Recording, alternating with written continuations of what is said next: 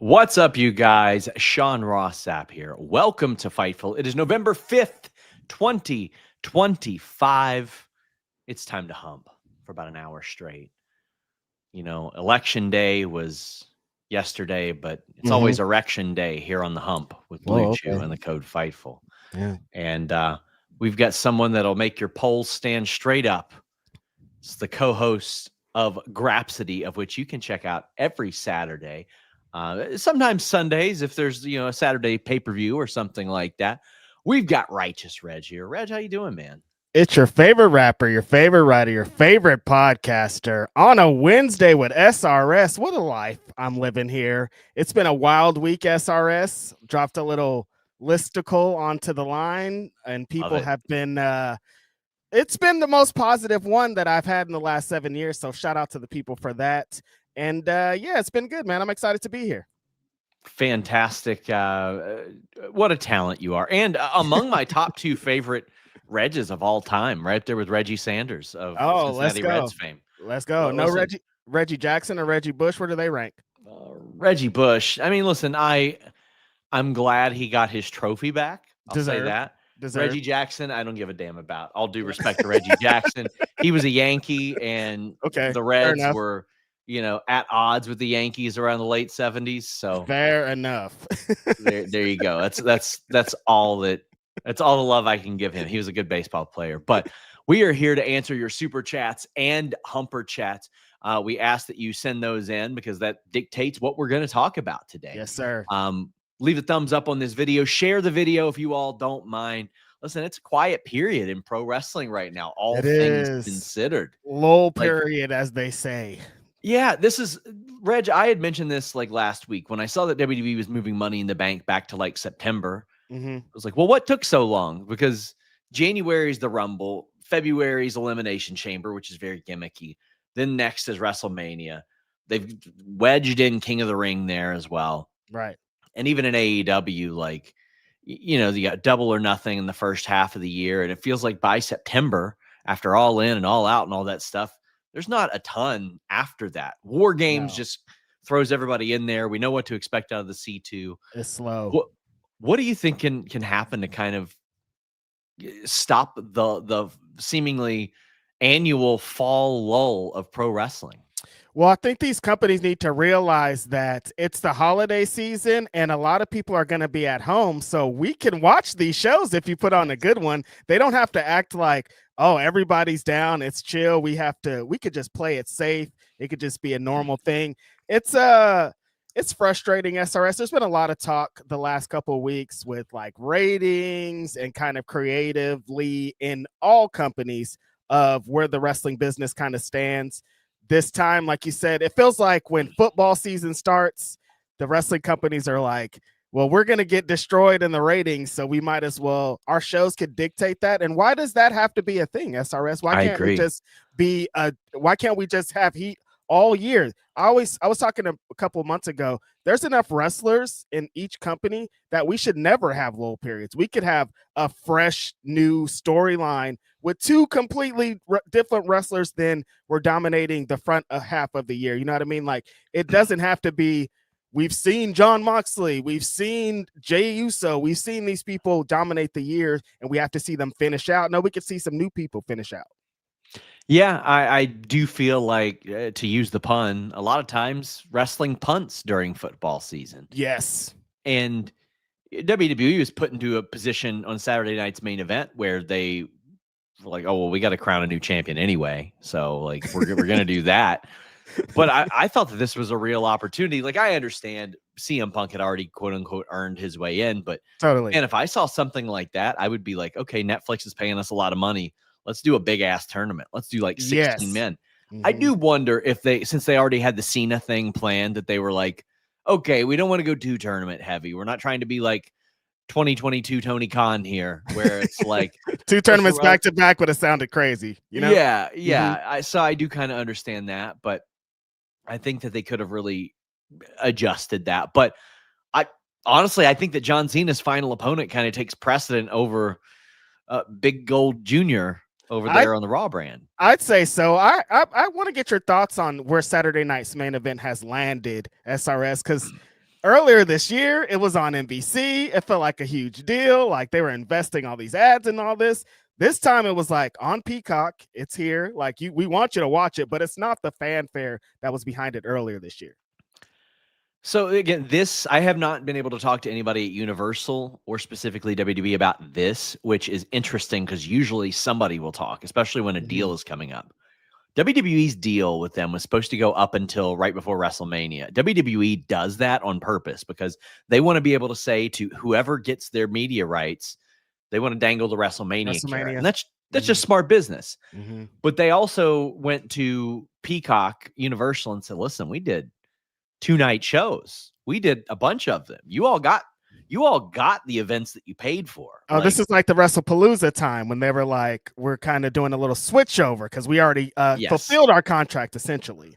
Yes. And I know a part of that was, well, we're keeping Saturday night's main event. We're going to make it streaming only. Numbers on that weren't great. I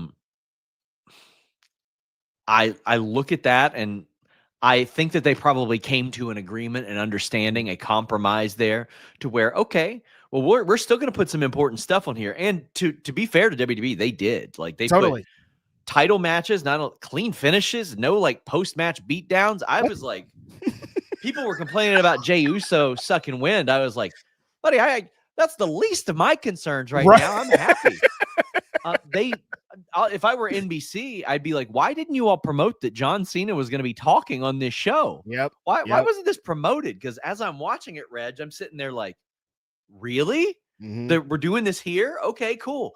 But this is what I've been saying they should do with John Cena for years. While you have him there, put stuff in the can and just air it when he's not there. Like, exactly. Whatever. You got a free John Cena appearance, essentially, and you want to promote the hell out of that no matter what. They've been weird like the last 5 years, not to get off topic, but like during the pandemic, he wasn't filming movies. He couldn't. So like bring him in, have him job out Heath Slater or something. More people will tune into SmackDown if you say John Cena in action against who? Who gives a shit? Anybody. It does not matter, dude. Yeah, totally. 2021 and 2023, they had him come in and he was doing dark matches. Like he was at SmackDown, not even on TV. Yeah, what is that? They had John Cena in the building and they're like, let's just wait till after the cameras are rolling to put him on. Yeah, and I'm like, use him. This is how I wanted them to use him for a long time. It's like, you've got him there. Have him film a backstage. Have him walk up to Adam Pearce backstage. Have him do any of that. Have him have a conversation with somebody. Bump into Cody Rhodes and, hey, buddy, hey, pal, that kind of shit. Yeah, just talk, do something, because you can still say however many live John Cena appearances remaining. It was just so weird to me. But the fact that Peacock still gets John Cena's final match, I mean, listen, that's throwing a couple of pretty solid bones towards them. Yeah.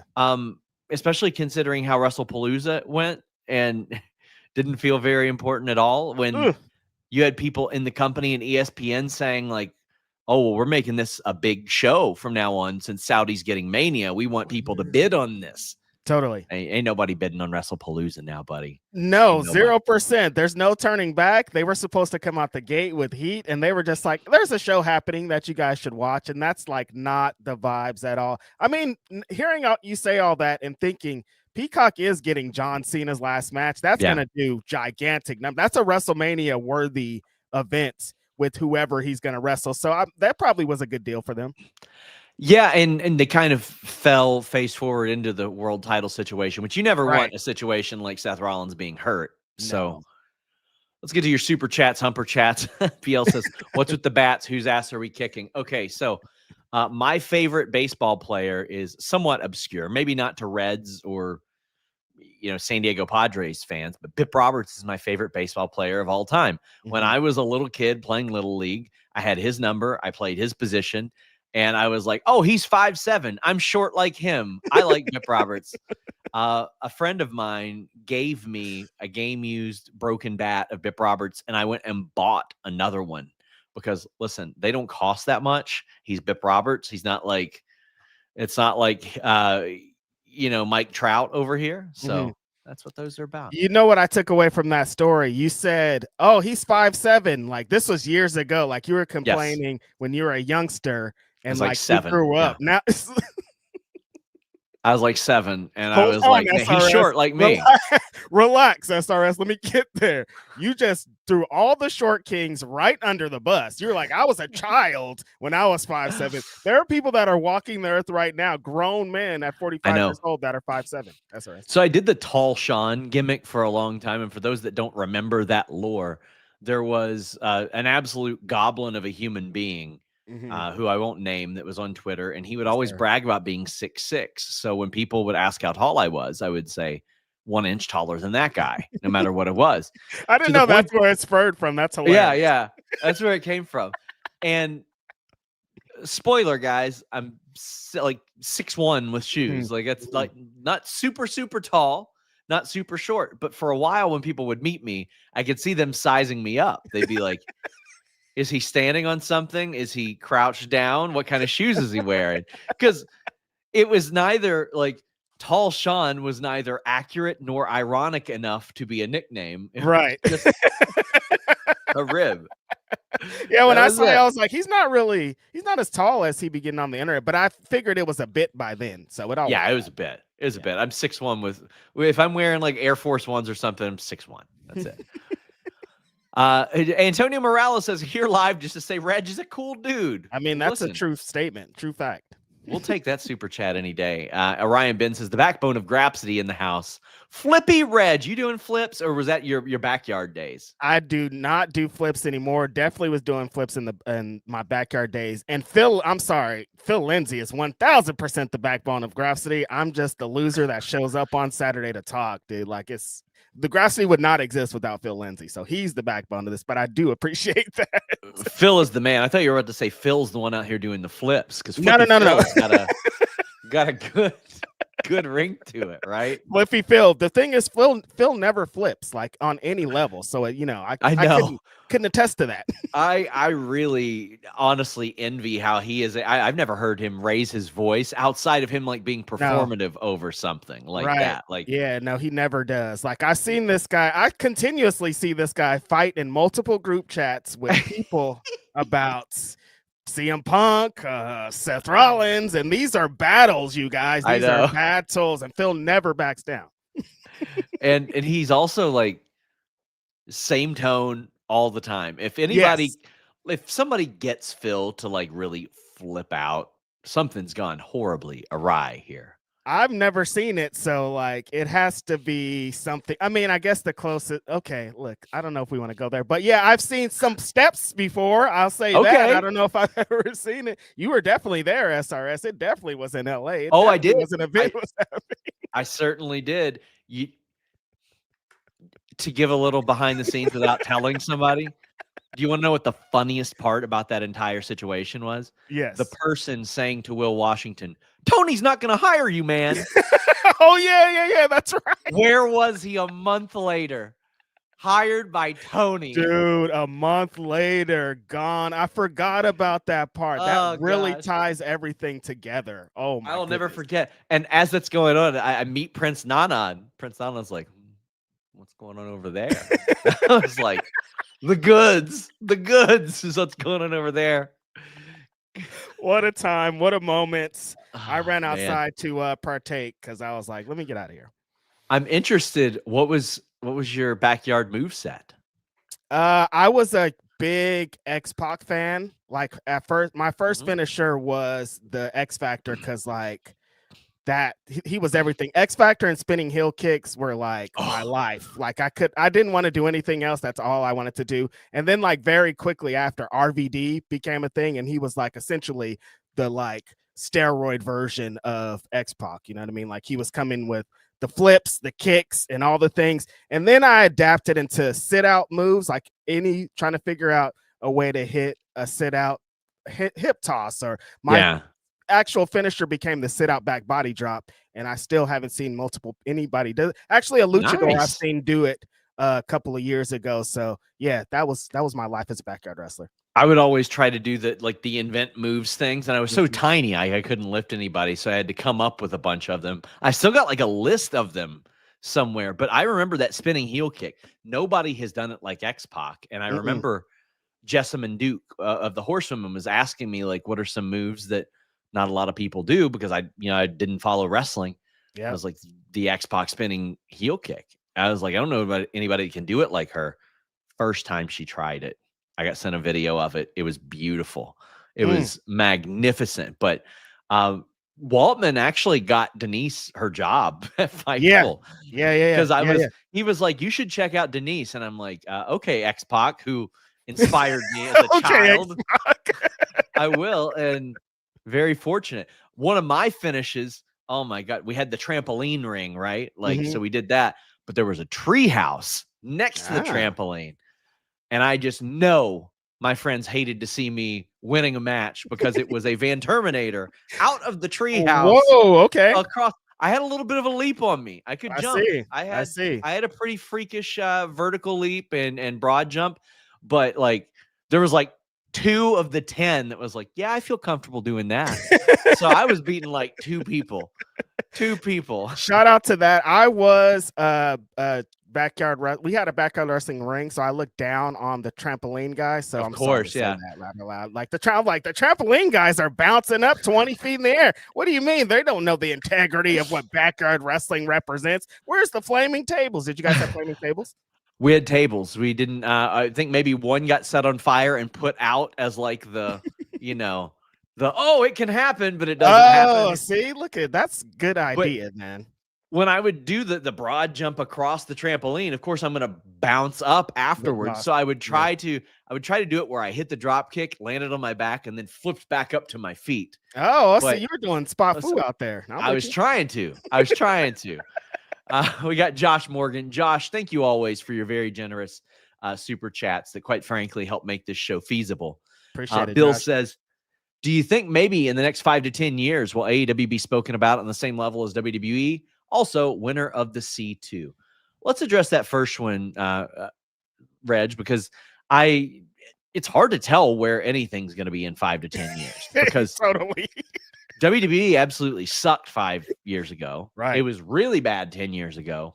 AEW was putting on, quite frankly, better pandemic shows 5 years ago, or a little bit hotter during the pandemic. So it's hard to say what will be happening in 5 to 10 years. Especially with the nature of TKO and their financials and what they're charging and what they might want to do with the company. But any thoughts on that first one before we get to the second one?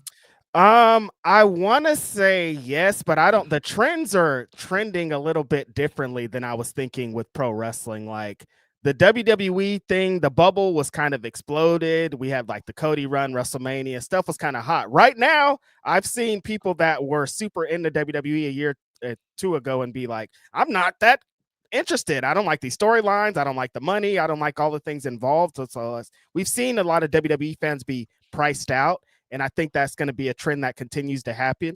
AEW, I think they're doing what I've always wanted them to do, is stick to what they know, stick to what they are, become that promotion that is the alternate to WWE.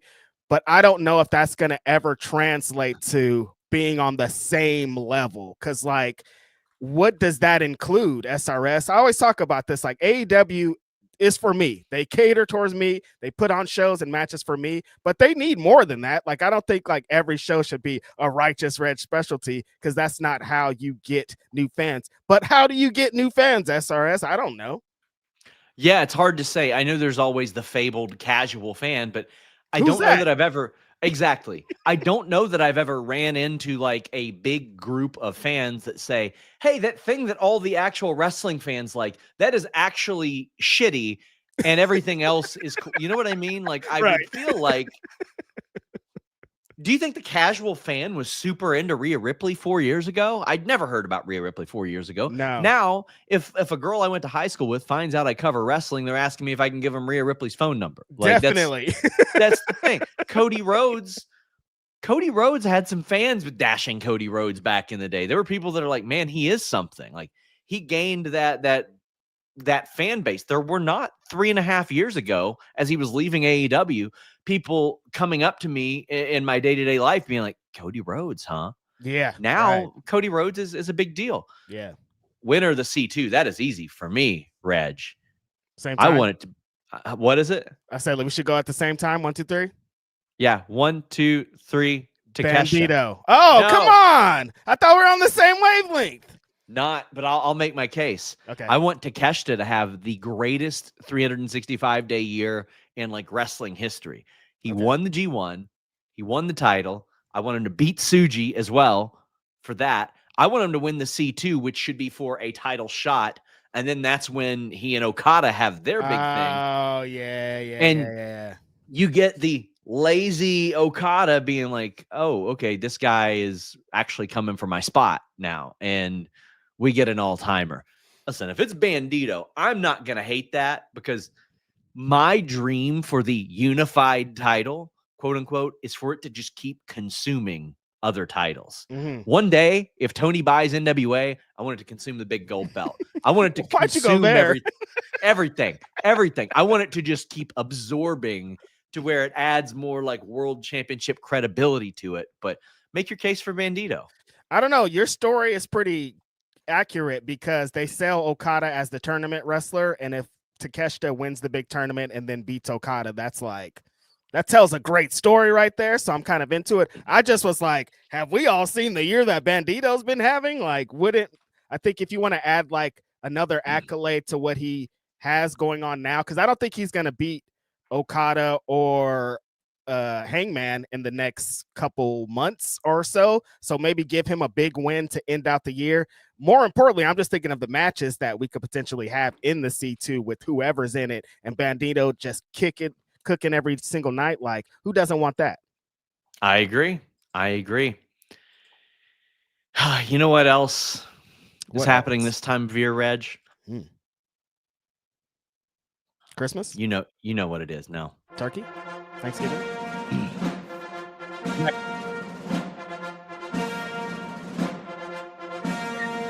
That on Erection Day, our audience makes sure that they know about a third-party candidate that they can trust.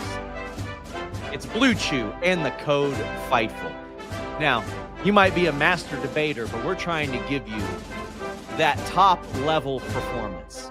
And you're not going to have to increase your debt ceiling to do so.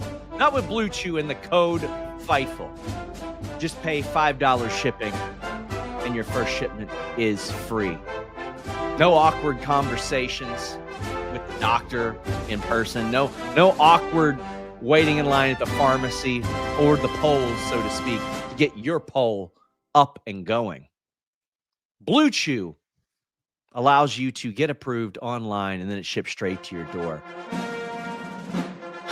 Authorize a troop surge in your pants with Blue Chew and the code FIGHTFUL.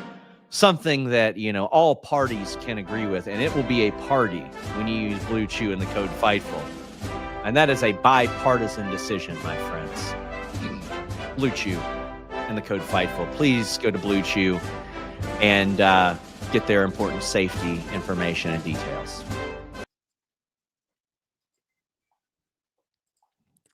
Yep. Well, always commend a live ad read. Nothing like it. Like it. People don't understand SRS what it takes to go into a live ad read. It's a lot.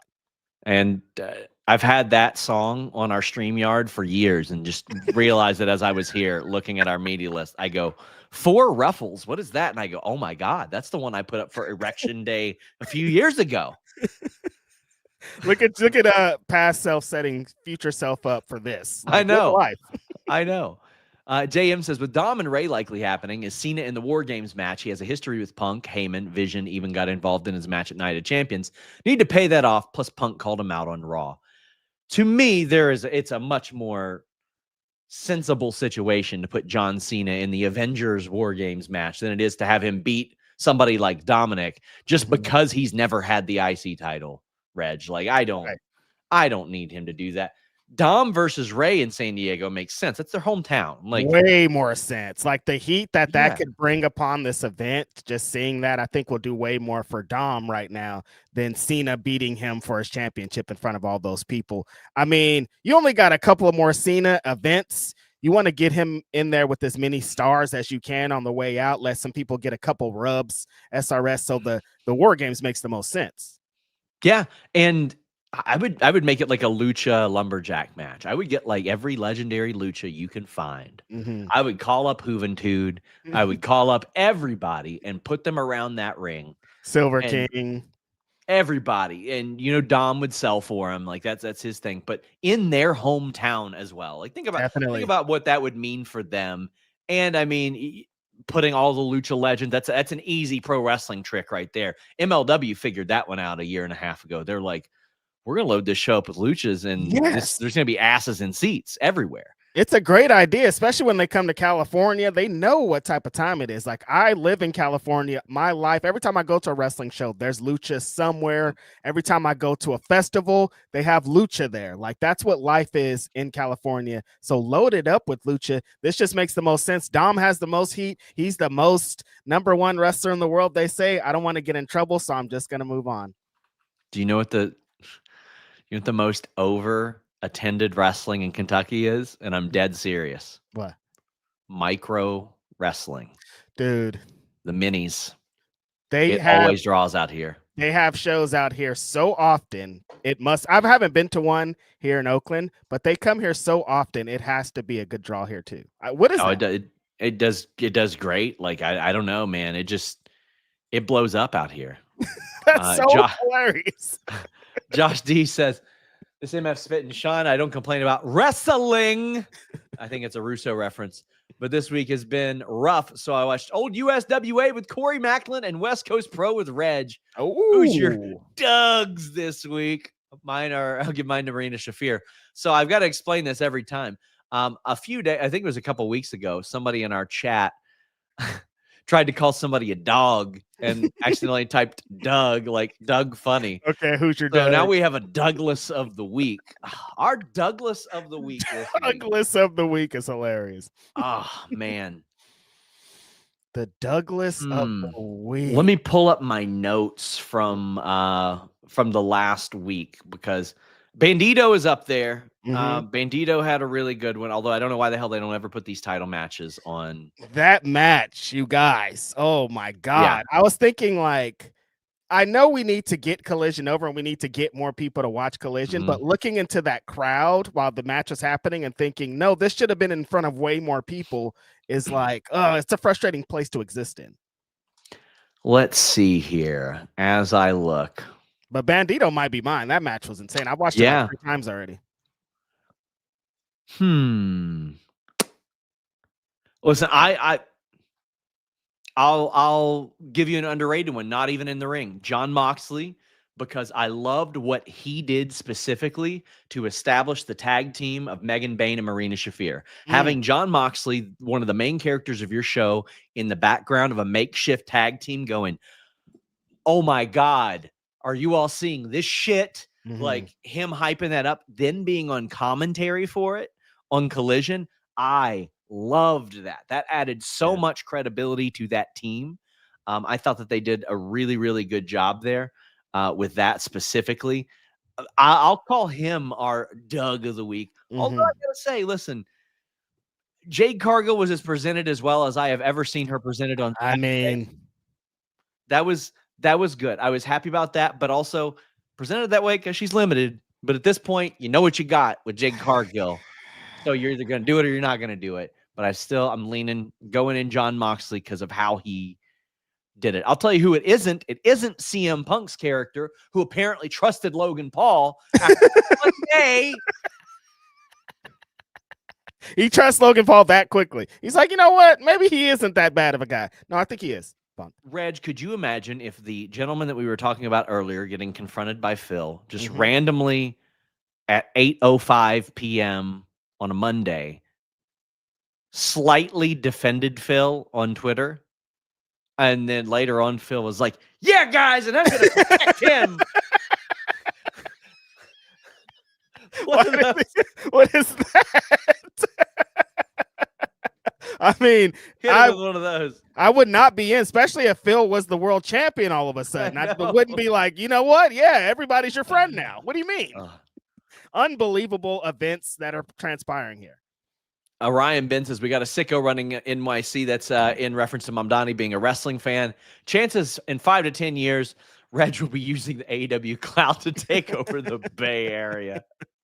Well, the AEW clout does not work anywhere, SRS. I tell people about wrestling and they're like, what's wrestling? Still, it's 2025. They're still saying this to me. They're like, you mean like Hulk Hogan? And I'm like, yeah, I guess. God damn it. It's happened a couple times with me. It hasn't got me any great deals yet, but like the guy who installed my shower was a Fightful viewer. Okay. And I've been to Best Buy a couple times, and they'll look down, then they'll look up, and they'll be like, wrestling? And I'm like, yeah, wrestling. All right, cool. So there's been a couple times, but like I wasn't getting a free sound bar or anything for it. So no free DVD at least. You were in I Best tell you Buy. what, wish my veterinarian was a wrestling mark right now. That's a fact. Actual fact. Sure. Yeah. New Lac City says, oh shit, Reg is here. As a Grapsity viewer, we up. We are very up. Definitely tune into Grapsity every Saturday. Don't forget. Every Saturday for like 4 straight hours, guys. Leave me alone, SRS. It's comical. Like it's a bit at this point. I know it is. And you all have less people on your show than you did like years ago. Yeah, exactly. Like we lost a person and we're like, more actually. Now we can really open up. I just lay out, let's go. You ready to go 30? Let's go 30. How do you handle bathroom breaks? Bathroom breaks? What do you mean? You diaper up, don't you? I knew it. Listen, SRS, I've been on streams for like 8 hours, some of these AEW pay-per-views. You just got to envision in your mind not using the bathroom. Like it's Reg is like a NASCAR driver at this point. Like he's got the full setup. I just got a tube that runs from here to the toilet. Like it's a new. I'm taking it to. You got to work. You got to work that into like your new deal with Denise, where you get like a pit crew or like the thing. Like that's it. While get her to do an ad read, you're taking the quickest shit ever. Unfortunately, what's going to happen is I'm just going to send in AI Reg to do like, oh, just do this next 10 AI Reg, and then I just go do my thing and then come back. Nobody will ever know. I want to do a gimmick on the indies called AI Snow that looks like Al Snow. What would everyone like to procure? Dome. That's such a stupid joke. I love it. Maybe I can do it at Mystery Wrestling. I tried to book. That's it. Yeah. You got it. You understand. New Lac City says, seriously, what's going on with Triple H? This man is clearly more worried about becoming the next Dana White. Even as far as glazing the president, he wasn't even at Saturday night's main event where there are two new champs crowned. Is WWE making a mistake by trying to be like UFC? With the end, I can tell you yes from a viewer standpoint, because that whole thing just was making me very excited to not cover UFC. Yeah. Reg, you have seen some of the crazies that we deal with in wrestling. Totally. In MMA, it's not as obsessive. I'll say that. You don't have a person who obsesses with you over MMA news as much, but you do have just outright really bad people. If you just happen to say, this is homophobic, cry more, cuck, all that. Like, and some of the UFC fighters and what they talk about and stand for, and they get defended all the time. Like, no, this is an actual horrible person, and they have like a legion of fans, and it's like, well, that doesn't feel good. If anybody did the things that John Jones or Conor McGregor did in wrestling, untouchable. I don't believe that Alberto Del Rio has been accused of anything quite like Conor McGregor. No. And I mean, Del Rio has been accused of some pretty bad stuff, and WWE is like, we ain't touching him. And that's the funny thing. If Conor McGregor wanted to be on WWE TV tomorrow, he would be. Definitely. John Jones, WWE TV tomorrow. It's a different set of rules. How many shows did Triple H's father-in-law miss like this? Like, did he ever miss anyone's like this? I don't know about like this, but I can say like he was there nonstop for years and years and years. When he got hurt, obviously he wasn't. Yeah. When the Fox deal started, he actually stopped going to SmackDown for a few months. Okay. And at the time, my contacts at Fox are like, yo, what's up with this? And I was telling my people at Fox, like, you should be very glad this is happening. Yeah. Because he is in the midst of an all-time terrible run.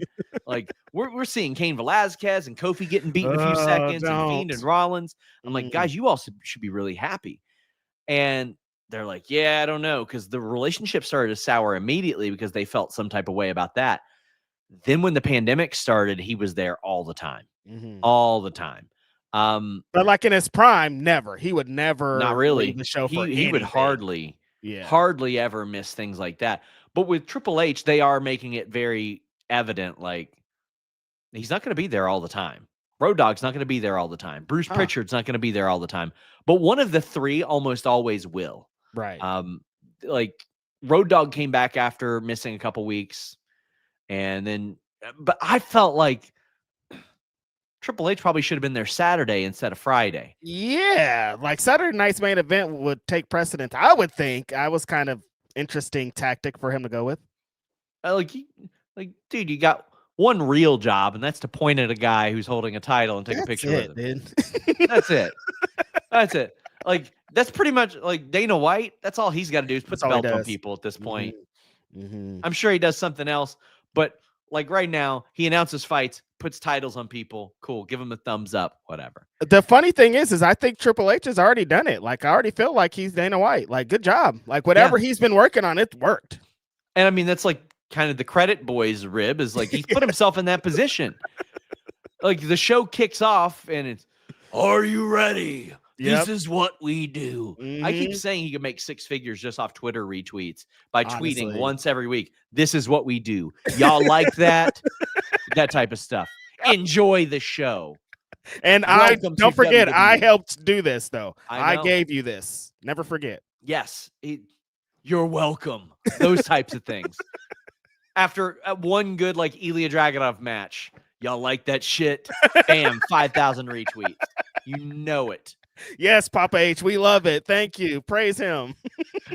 We got Phil in the chat who will be joining me next week. Let's go. Here on Grapsody, and happy to announce that in 2 weeks, we've got the lovely Canadian Con Man joining me on November 19th. November 26th, we have a name not all of you know, but many of you do. It's Kimmy, who makes regular appearances on In the Weeds. We're doing that very specifically because WrestleCade is coming up. My favorite weekend of the year. I love WrestleCade. They treat me so well there. But that's your WrestleMania. Oh, I love it, man. Like that and Squared Circle Expo, I will be there every single year. WWE could do Survivor Series in Cincinnati, and I would still go to WrestleCade Thanksgiving weekend. That's how much I love WrestleCade. That's how much I love it. You're about to get a text message. They're gonna be like, "Wow, you're throwing shots on the show, SRS." Did you see that clip of Meltzer getting the call, and it's like Tony Khan, Tony Khan? Yes, and I saw. I don't want to give them the publicity, but they're like, oh, and they're trying to say that they're unbiased. And I'm like, guys, what are you talking about? How did they get from that to that was my question. Vince McMahon is the only English-speaking major promoter I haven't spoken to in the last 10 years. I've spoken to Triple H on the phone, Tony Khan, Court Bauer, Scott D'Amore, Carlos Silva. Like, I understand that there are a lot of people that think that these people aren't accessible. And to many people, they're not. And that's not me trying to brag about it or anything like that. But it's part of their job to be in contact with people, or their office to be in contact with people like us. You want to talk to people that know things. I don't work there. So I don't know anything until somebody tells me something. That doesn't mean that when Triple H or Tony Khan say something, we're just going to run off and say, oh yeah, well, this is what happened. This is what they do, guys. This is what they do. Y'all like that shit? We're not doing that. People hate that you have that access, I think, is what it comes to. Like, how could Sean Ross Sapp talk to Triple H or Tony Khan? Like, well, he gives out news. They want to correct it, or they want to give their side of things too. You know what I mean? And Nick Khan's office as well has been in contact with me. I can't remember if I've spoken directly to him. He's been in the room while I've spoken to whoever it is that's delivering a message, so to speak. And I mean, I don't know why people are surprised by that. He reps Ariel Helwani for a long time. Like, it's just, I understand that, especially in decades past, it was considered and viewed taboo because so many people are like, oh, fuck the dirt sheets and all that. And plenty of people are like that still, but they are. But I mean, there are people who go on their own shows and say, quote, I am not a dirt sheet guy. And they have filtered in no less than 10 stories to me. And Reg, I know who you know. I know you know one of them. I definitely do. I know you know one of them. And I still greatly respect that gentleman. But I'm like, at that stage, you are a dirt sheet guy. Dirt sheet guy. You are. Like, that's it. And it's okay. Because one of the things that specifically was a goal of mine, I wanted to make it more normal for talent and executives and stuff like that to be a little more open about talking to dirt sheet people. And I understand, like, I am not going to go out there and just blurt out, hey guys, here's somebody that I talked to. But the executives, like, listen, it's pretty clear that we talk to them. And I wanted to, a big part of that, honestly, was making it more normal for wrestlers to talk about their contracts, because that was the void I saw like 7 years ago. I was like, man, I look forward to July 1st every single year. I'm waiting for the Woj tweets back then. Like that's what I cared about. Totally. So I wanted to bring that forward. And fortunately, we're in a good spot now. But like, I'm trying to get people to be a little less weird about that element of things, because I'll still have it. Like if I post a clip from a Cody Rhodes interview, people will be like, I can't believe they shouldn't allow wrestlers to talk to them. All right, man. All right. What's the bid? I don't know why they get so upset about that. They get, because it's not them talking to them. And wrestlers are in DMs all the time. They live their lives there. If you say, and you know the quickest way to get a wrestler in your DM, say something incorrect about them or what they do incorrect. They are in your DM so fast. Yep. Grab City represent. Watch Grab City Saturdays at 11 Central, 12 Eastern. Y'all gonna go see Predator Badlands? Are you gonna see it, Reg? I need to catch up on the Predator series, so maybe. I'm not a Predator guy. I won't be going to see it. Oh, damn, SRS. I do commentary for Combat Cult Wrestling. What's something that's focused on too much and not on one thing not focused enough on in wrestling commentary? The specifics of why a move works is something that I think should be focused on more. In WWE, it's telling stories for matches that don't necessarily exist or don't need to exist, and arguing for the sake of being a heel commentator is something I think is overdone. Yeah, overdone for me would be the same thing SRS is saying. You're talking about a different angle or a different match or a different show when there's an incredible match happening in front of our eyes. And they're like, WCW was infamous for that. You see like Rey Mysterio and Dean Malenko turn up and they're like, the NWO are on their way, dude. Do not forget that we got the NWO. And it's like, maybe don't do that. And like commentators trying to get themselves over is kind of a bit sometimes. It's like, focus on the action, dude. What are you doing here? Yep. A lot of it becomes the specific commentator trying to do that. Now, if you've got an angle coming up, well, that's one thing, but like very rarely is that the case. Have either of you seen Io versus Mayu Iwatani yet? Yes, I have. It was fantastic. Mayu Iwatani, it might be the best wrestler in the world, honestly. Like she's right up there. Hurts my heart to say because I'm a Shiri Kondo guy, one of my favorite wrestlers of all time. But have you gotten to see it yet? I have not seen this match. I've seen clips of it, and the way that Io was working in that match, I was like, wrestling is so funny that like this person exists on American wrestling TV going like maybe 55% of what she really could do. And then she gets there and it's like, this is what if they let the chains off. And at 55% is still better than everybody.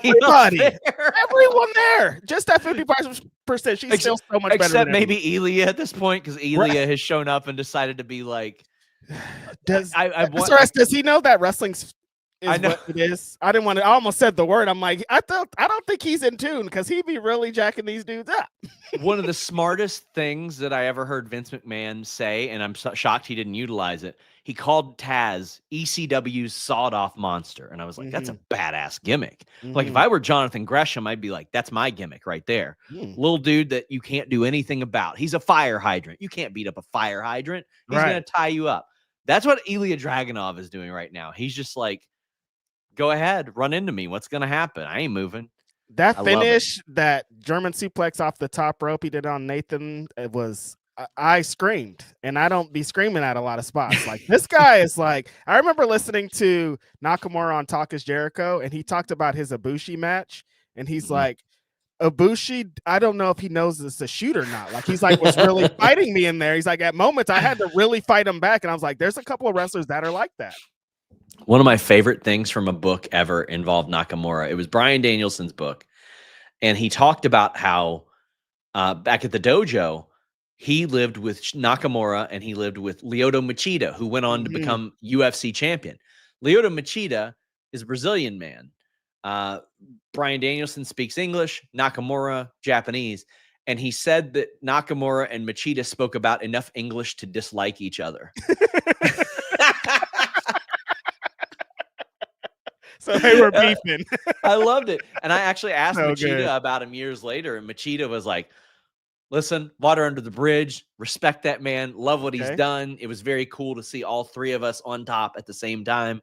I was like, that is pretty cool. Like the talent involved in that household is just insane. That's UFC unreal, world man. champion, WWE, AEW world champion, Nakamura, Japanese legend. Yeah. Like what were they eating in there? Chicken breast? Well, probably not. Danielson's probably a vegan, so. Oh, that's right. I forgot. Oh, I know. I know. They were drinking pee. That's what Machida did. He's drinking his own piss. It was wild in that house. You know? Oh, is that apple juice in the fridge, Machida? He's like, that is not apple juice. Fully asking Bryan Danielson about that in the next interview. I'm taking a note. Machida drinking piss. -- ask Did Danielson. you have some? Did you have any? I cannot wait. I am going to beg AEW for an interview with Danielson. Just for that. Yes. Man. I mean, I asked him for an interview just so I could ask him about the table for three with Ryback and Dolph Ziggler. You're a sick individual. Because have you ever seen it? Have I seen it? I don't know if I've ever seen it. It is a must watch. It is Danielson bullying Ryback the whole time. That's right. While Dolph Ziggler going, how could he possibly bully you? He's so much smaller than you. What are you talking about? Like, and saying, wait, you actually took a Cialis to impress Brock Lesnar? Is this true? What Brian's saying? I like, need it's to see phenomenal. This. It's so good. Is this available anywhere? Their library is dead at this point, right? What's going on? It's got to be available. Listen, there are ways you can find their library, and it's called nordvpn.com/Fightful, Reg. Boom, my God. Are you like, oh man, I wish I could still get the network. I wish I could still get this. I wish I could get this content. NordVPN.com/Fightful will help you. $2.98 on average for the 2+ year deal and a 30-day money back guarantee with NordVPN.com/Fightful. Here's the old graphic. I don't know if this is still the deal. Maybe this is the deal. It's 4 additional months for free. There you go. It's the old graphic. NordVPN.com/Fightful. Here's the deal. You subscribe, you download the app. It works on all your operating systems, all your devices, phone, laptop, desktop, PC, router, all that good stuff. You can watch all of the WWE content on one Netflix account. You can access things that are only accessible on overseas YouTube channels. You can get half off on AEW and TNA pay-per-views and UFC pay-per-views while they're still on pay-per-view before the Paramount move. Not just that, they have a wealth of other benefits. Fastest VPN in the world. They've got threat protection. They've got malware protection. They've got ad blockers. They've got cloud storage. It is so secure. I use it for a little bit of everything now, and I want you guys to head over to nordvpn.com/Fightful and check out their incredible just wealth of features. And let me be real, guys. The Disney Plus subscription that just doubled, this is going to be less per month than like all of that, than any subscription that you have besides like FightfulSelect.com. But that's until Jimmy gets greedy and hikes up the prices again. But check it out, NordVPN.com/Fightful. We still have a bunch of super chats, humper chats. Let's get to these. Yes. Who will be the next 4 AEW World Champions? 4 of them? That's a lot. I feel like Darby MJF Allin will be among them, but MJF. Darby Allin probably eventually becomes one. I could see Takeshita becoming one eventually. Takeshita, I put in there, and I think Swerve's going to get it back. I do too. And you know what? If Ospreay's good to go next summer, Ospreay, you're right. Yeah. Mm-hmm. Triple H really missing WWE shows for political events. What do you think he's trying to accomplish with getting into politics, running for president? I can't even say no and dismiss that at this point. Right? Like that's where we exist in this society. Like he might be, going and taking notes and being like, I'm setting myself up for this. No one knows. 27 years ago, it was crazy that Jesse Ventura was doing it. Yep. 10 years ago, it was insane that Donald Trump was doing it. I can't say that it wouldn't happen. I can't. It's horrible. Still can't eat wings after the Jaden Daniels injury. I hate that, man. I do. Ribs on deck. Let's crank. Megasis and Marina should hold the titles to 2027. Again, I just love how they introduced them as a team, and the way that John Moxley established that team. I thought it was really great. Any thoughts on the first tag team champions? There's like a way they could go. Like if they did, I know Sisters of Sin, just because of AEW likes history, they like of where people have been, but I don't know if that's what they're gonna do. Mercedes and Athena represent something cool, but I think they might be getting beat this week. Megan Bain, I think we're talking about Megan and Marina. Megan needs something SRS. Like she's going to be world champion eventually. She needs a big win. And I think the tag team championships are the way. Penelope was like, Phil, that was his pick. And I was like, that made a lot of sense as that team. I don't know if they're going to make that same sacrifice with Marina being in the position though. I've always said like there are a lot of tried and true storylines that you just apply them to women and they feel completely fresh. Like Shawn Michaels did that, and he was very straight up with me about it. He goes, "Oh, well, if those seem familiar, it's because it's all the shit that worked when I was wrestling." And I just, he's like, "I'm old, so a lot of people don't remember it, so I'm using it for JC Jane or somebody else." I want to see a female Road Warriors. I want to see these two go out there and obliterate some women. Like, give them some jobbers and just have them run through them. What is Shayna Baszler's status? Not under contract, not with WWE. She's still able to take indie bookings. She won a title at Boca Raton Championship Wrestling. So not signed, not anchored to anything right now. Because like her friend, like I like this Megan thing, but I want her to get back with Penelope when she comes back. And like Marina, a friend, that would be cool. Like Marina and Shayna just tearing fools apart in AEW might be kind of hot. I don't know. Yeah.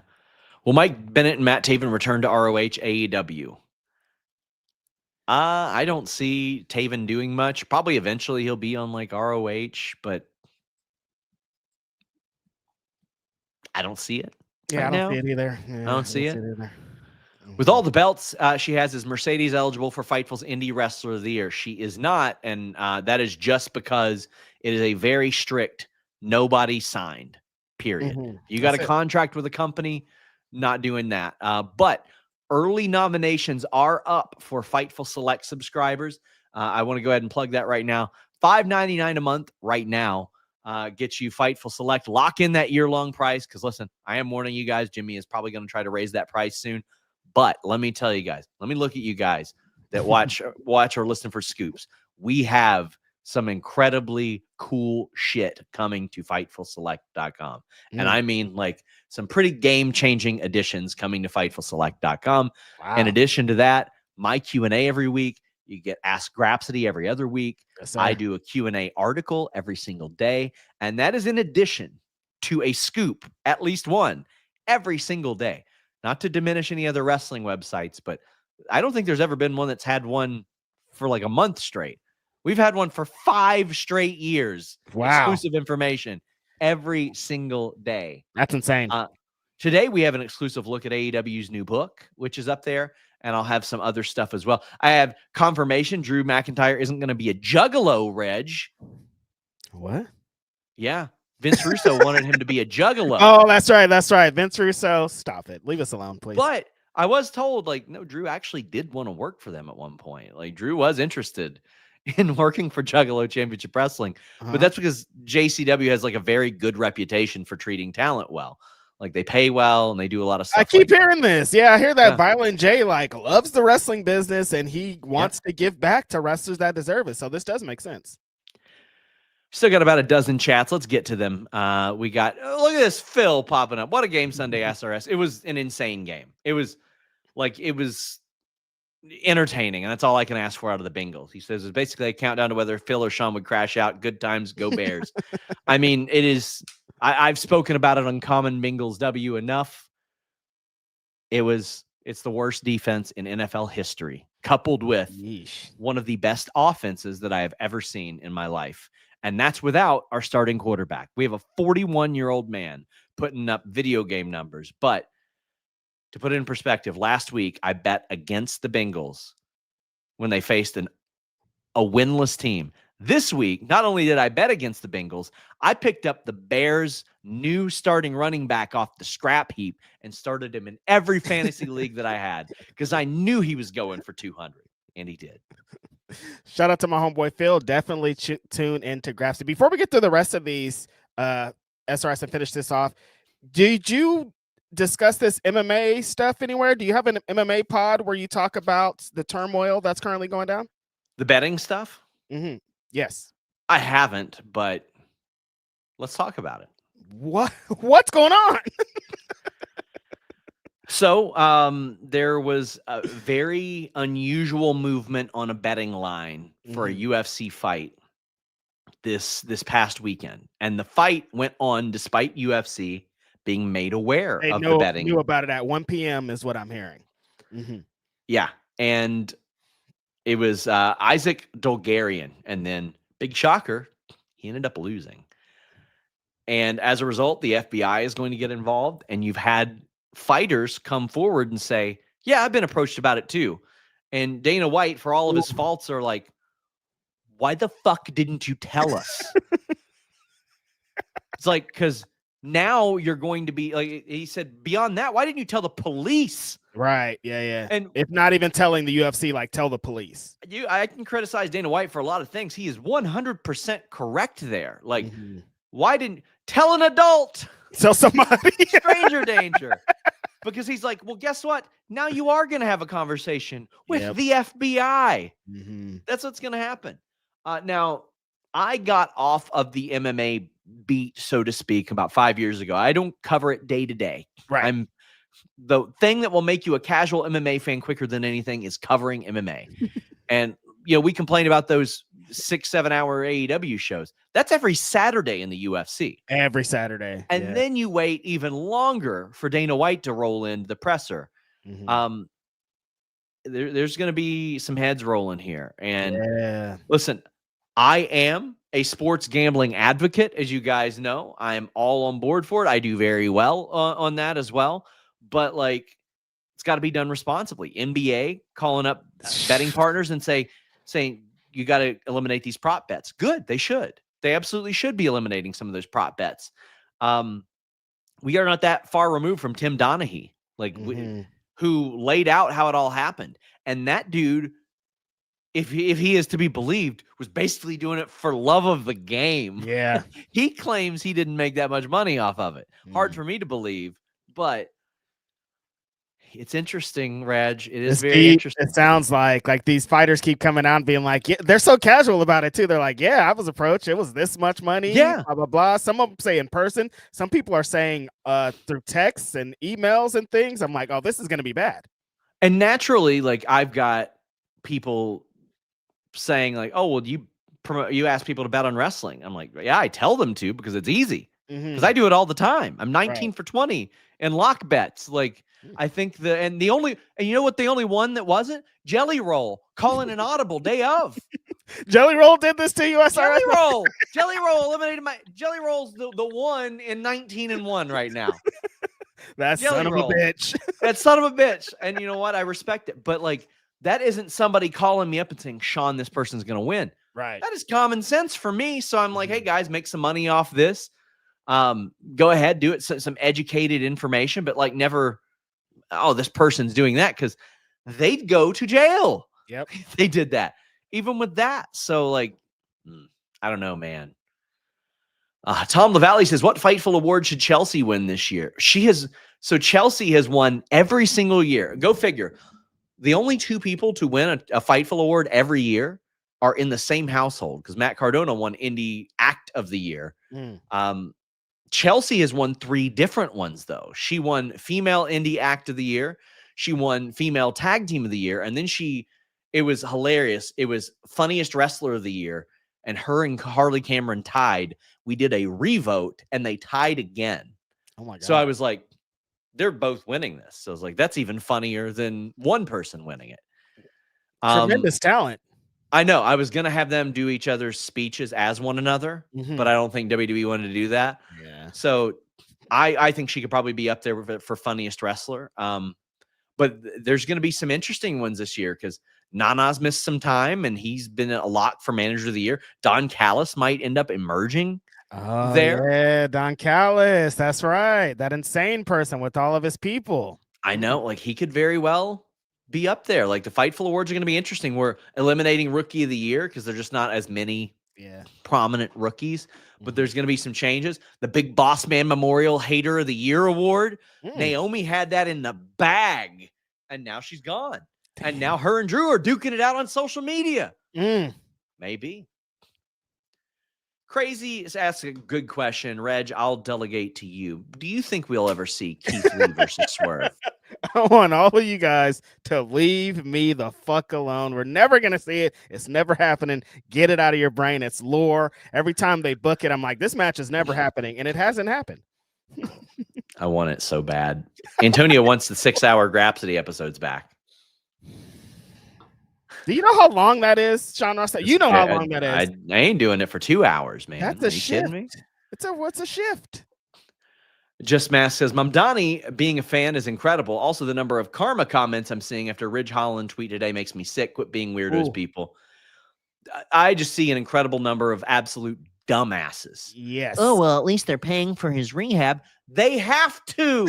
They would get sued. So what? You want him to extend his deal while he's hurt? Yes. Yeah. That is exactly what I want them to do. Extend him while he's hurt, then release him. Yeah. Then let him go. When fans go with this, you're ungrateful. You should be happy to be there. Take these scraps. I'm always like, what are you talking about, man? Like, certain situations, maybe, but this situation particularly is a little bit different. Yeah.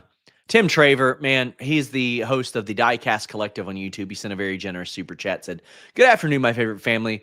Want to donate to those in time for need for food banks. Keep up the great work, Fightful. Tim, this will go directly to a food bank. I'll try to set up something in relation to AJ Francis's food drive. Big shout out to him. 9 straight years he has done a food drive and helps out a lot of people. Also, my good friend Elijah Burke, the Pope, I think all the time in Jacksonville. All the time in Jacksonville is not just taking donations, but is swiping his credit card to at the end of the day to feed the hungry in Jacksonville. Please support great causes like that, especially in a time of need like this where a lot of people are hurting. Yeah, I see the Pope doing stuff when it's not for cameras, not during the holidays. He's just like, this is what my life is, and that's amazing. Shout out to him. That guy. Absolutely love Elijah Burke. Could you guys see SmackDown airing live on Peacock? Don't care about ratings, but I am curious to hear your thoughts on ratings dipping below 1 million. I put little to no stock into viewership and ratings anymore because in this landscape, I don't know. I've done polls among wrestling fans, and I don't know that it can reflect an audience, the Nielsen ratings anymore. Half the wrestling fans that I poll say that they watch AEW on means that are not TBS, TNT. Yep. Like a quarter of people claim that they watch SmackDown like illegally. Yes. I mean, like, and this has been for years too. This isn't a new thing, you know? It's very, very hard to tell. I'll give you guys the poll results right here. I ran in September. How do you watch WWE SmackDown?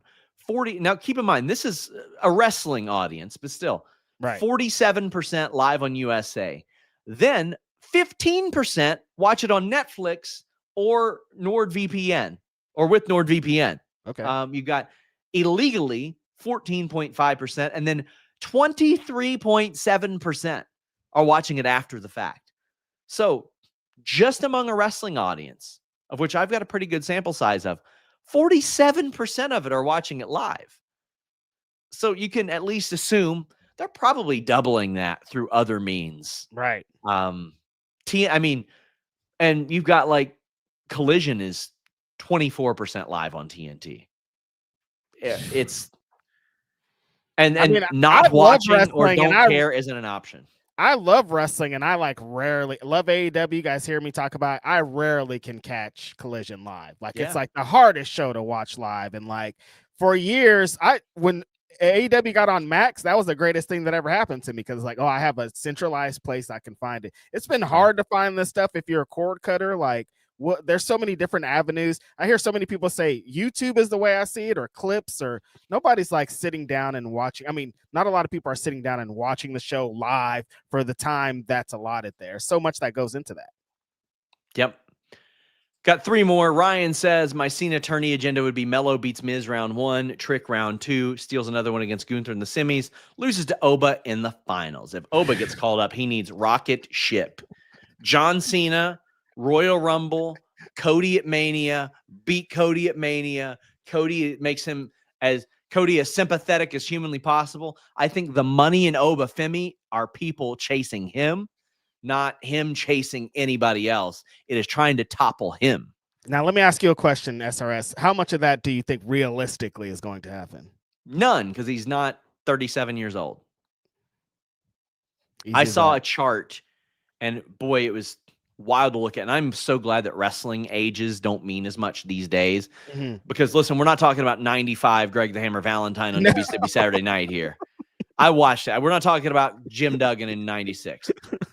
Damian Priest can go, all these people, but Gunther is 37 now, and he's newer guy on the block.